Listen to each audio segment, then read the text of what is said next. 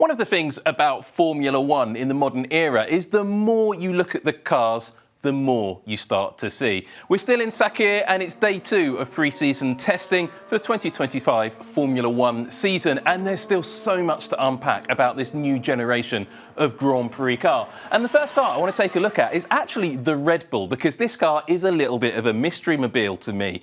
It looks so similar to last year's car, doesn't it? It made me think, is it in fact just a real B-spec of the car?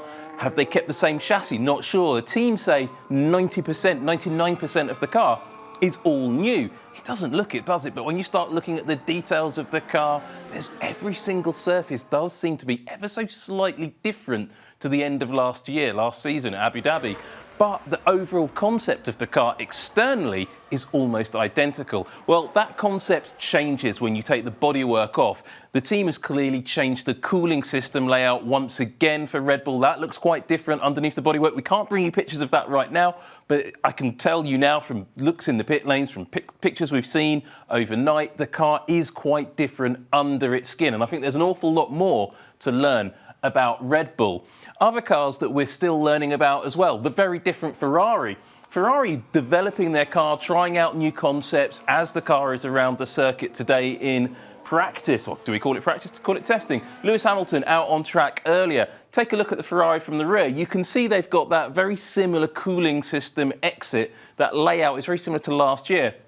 But the shape of the coolers side to side is quite different. The left-hand exit is actually quite a lot smaller, slightly different shape to the one on the right. An asymmetric cooling layout, and that usually means that whatever is in the side pod on the right-hand side is slightly different to what's on the left-hand side. And we've seen that before. That's not entirely unusual. That happens time and time again. And actually, you'll see it in most cars as the season goes on. As they change those cooling louvre panels along the side of the car, you'll see different cooling louvre layouts on side to side on the car. So that's not unusual, just something Ferrari are working through. And in fact, overnight last night, I also saw they were running much bigger cooling packages. So Ferrari just clearly working through their program. And once again, we're going to take a much more detailed look at this car later on, because it is a fascinating piece of engineering.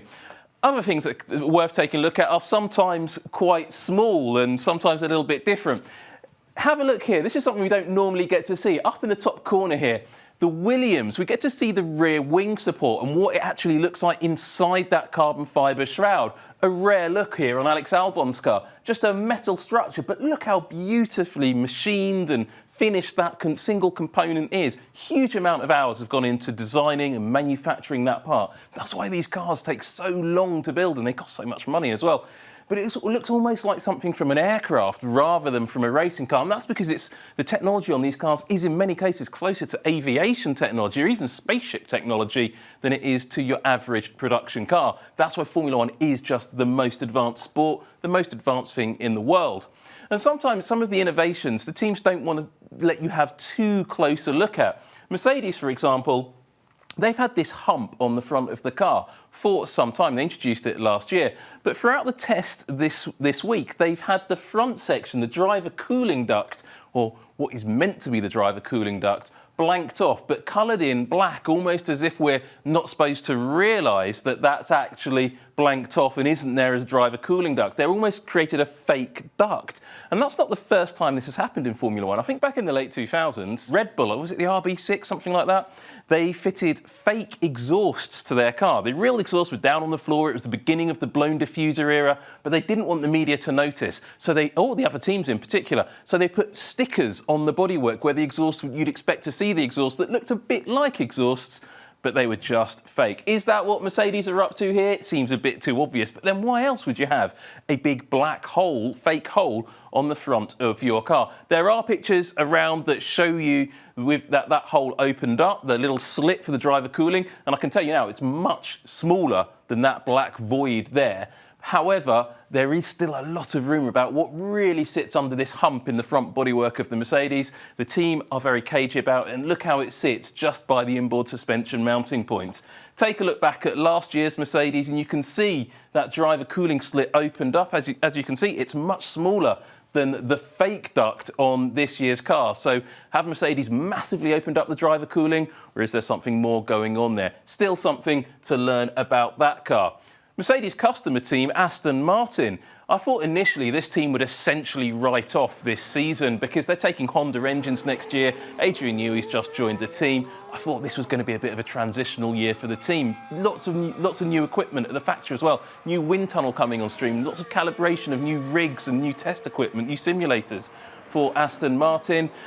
But I think this car, actually, I've done it a disservice. I think there's a lot more to see on this car than we first realised. This is one of two variants of the nose that the team has already tested in Bahrain. We don't actually have any footage available yet of the second variant, but it has a small central support, a bit like we saw last year, but they're running two different versions of the nose of this car. But what's a little bit more exciting is a little bit further back through the car. Yes, of course, it's the mirror supports. I love a good mirror support, and you're going to see more of that coming up shortly.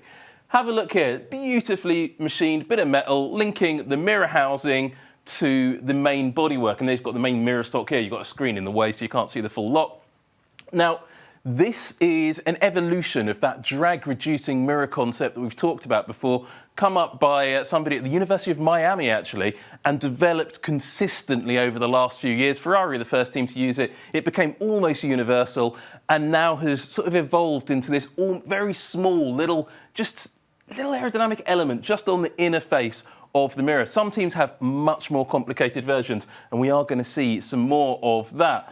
Looking at the back of the Aston Martin, we do have another little interesting technical detail. This shark fin, a stepped shark fin. So we haven't seen that before in Formula One in this generation of cars, where you have these very clear cut-offs here, almost chine-like if you're into sort of military aviation or even boat technology. And you can see their little cooling outlet here. That'll change during the season quite significantly as we go to some hotter races or some cooler races or faster tracks.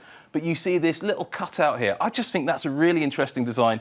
Aston Martin, the first team to really play around with that part of the car. So that's exciting. But let's get to the point that everybody's been talking about, or not enough people have been talking about. These little sections that Aston Martin have been running for a while, Ferrari have got them too. Some people have come up with silly names for them, but it's clearly just a sticky uppy turny over bit. That's great. We've seen them. It's not particularly new. It's not particularly special. But what sits inside it is quite different. Take a look alongside Lance Stroll's head, because inside and hidden by this sticky uppy turny over bit, there's a new duct that's appeared underneath the halo. Now, we don't know what that duct is feeding. Quite a lot of discussion on social media about what that's all about. We're still not sure, but it's a new area to exploit for a lot of teams. The only team that's got anything similar to that are Red Bull with those big shoulder coolers they've got, but they're sitting slightly lower, and I think they're for a slightly different purpose. Adrian Newey, of course, joining Aston Martin from Red Bull, probably got a pretty good idea about the aerodynamics on that part of the car, so maybe something to take a look at as the car develops. Development, though, is going to be a big talking point this year. The Formula One World Championship regulations state that you weren't allowed to work on your 2026 Formula One car design until the 2nd of January 2025. That meant a lot of teams didn't have much to do in the second half of last season. Certainly after the Abu Dhabi Grand Prix on the run-up to Christmas, those engineers were all sitting on the beach not doing anything. Of course not. They were doing loads of work, and the team that was doing the most work was the team that finished last in the World Championship last year, Sauber. They had last position, but that means they had the largest allocation of wind tunnel and CFD time of any team on the grid. And with the rules preventing them doing any work on the 2026 Audi, because Sauber becomes Audi next year, well, they decided to work on this year's car. So a car that I thought, again, would be quite transitional, has some beautiful little details on it. Take a look at this detail on the mirror housing. So Sauber have already got quite interesting mirror housings. They've got this little aerodynamic element here that sits up. But have a look out here on the main mirror housing itself. You've got this additional aerodynamic element, almost like a little flag that runs around the side of the main mirror housing. When we take a look at it from a different angle, you really get to see this tiny little component here. It looks really insignificant, it looks really small, but it will make a difference, because you wouldn't do that. You wouldn't spend the time, the effort, the energy developing that if it wasn't worth doing. But Sauber had more time, more effort and more energy than anybody else on the grid as a result of finishing last in the World Championship. And if Sauber's form isn't great up until June and they remain last in the Constructors' Championship, that means newcomers Audi next year will have the biggest aerodynamic allowance and probably the most advanced 2026 Formula One car. Keep an eye out for them if stuff like this continues coming. And it's not just on the front of the car, little details around the back. Have a look at this. This is the rear brake duct inlet on the Sauber. Just look at the number of detailed elements we're seeing down here. Every little piece of sculpting, and it's really easy to miss, but look at these 3 little winglets right down here on the inner face of the rear wheel. So much work going on into tuning the airflow around the rear brake duct. That's nothing to do with brake cooling, really. That's all to do with the overall car aerodynamics, getting as much downforce, making the car as efficient as possible. Huge amount of work to do. And the thing is, all of these new cars, sometimes teams make great efforts to keep people from looking at the car. And we're still learning about these cars. As I say, the more you look at these cars, the more you learn about them. And even if you've designed the car yourself, it's equally true. McLaren is still looking at its new car and still trying to learn about it. What it is also trying to do is stop anybody else from having a good look at it. And we saw that really clearly at the end of the day yesterday. That delayed finish saw a photographer here desperately trying to get shots of the new McLaren covered in its flow visualization dye, and McLaren going to incredible efforts to stop the photographer from getting the shots he wants. McLaren very keen that nobody outside of the team got to see that car covered in flow visualization dye.